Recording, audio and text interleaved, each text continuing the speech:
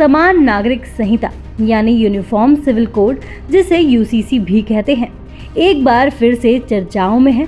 इसे चर्चाओं में लाने का श्रेय जाता है उत्तराखंड की धामी सरकार को। साथ ही साथ ये भी तय है कि अब हलाला और इद्दत पर पूरी तरह से बैन लग जाएगा, बल्कि जो करेगा वो सजा का हकदार होगा। हालांकि यूसीसी लागू होने के बाद ढेर सारी चीजों में बदलाव होंगे, लेकिन फिलहाल हलाला और इद्दत की चर्चा ज्यादा है। यहाँ एक बात और बता दें कि अगर ये कानून लागू हो जाता है तो इसे लागू करने वाला उत्तराखंड देश का पहला राज्य बन जाएगा। आज हम अपने वीडियो के जरिए यही बताने की कोशिश करेंगे कि उत्तराखंड में यूसीसी लागू हो जाने के बाद वहाँ किस तरह के बदलाव होंगे और उन बदलावों का व्यवहारिक जामा पहनाने में सरकार के सामने किस तरह की दिक्कतें आएंगी। बस आप बने रहिए हमारे वीडियो के साथ और देखते रहिए सहारा समय डिजिटल।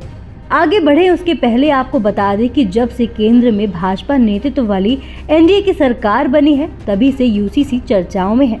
सरकार की तरफ से जब इसे लेकर पहल की गई तो इसके विरोध में देश के कई हिस्सों में प्रदर्शन भी हुए हैं। केंद्र की सरकार भले ही इस पर आगे ना बढ़ी हो, लेकिन उत्तराखंड में पुष्कर सिंह धामी की सरकार ने इस पर पहल कर दी है। सरकार के बनाए यूसीसी पैनल ने जो रिपोर्ट तैयार की थी, उसे उत्तराखंड कैबिनेट से पारित करवा लिया गया है। जी हां, 6 फरवरी को विधानसभा के विशेष सत्र के दौरान इसे पेश कर दिया जाएगा और पूरी संभावना है कि उसी दिन वो विधानसभा से पारित भी हो जाएगा, क्योंकि विधानसभा में इसे पारित करवाने के लिए बीजेपी के पास पर्याप्त संख्या बल मौजूद है। अब रही बात कि इसे लागू करने के बाद प्रदेश में क्या क्या बदलाव होंगे। हम अपने आज के इस वीडियो में उन सारे बदलाव का जिक्र नहीं करेंगे। बात सिर्फ हलाला और इद्दत की होगी। ये दोनों शब्द इस्लाम धर्म से संबंधित हैं। हालांकि इस्लामिक धर्म मानने वालों के लिए एक कायदा कानून है। ऐसा माना जाता रहा है कि हलाला मुस्लिम महिलाओं के सम्मान के साथ एक खिलवाड़ है।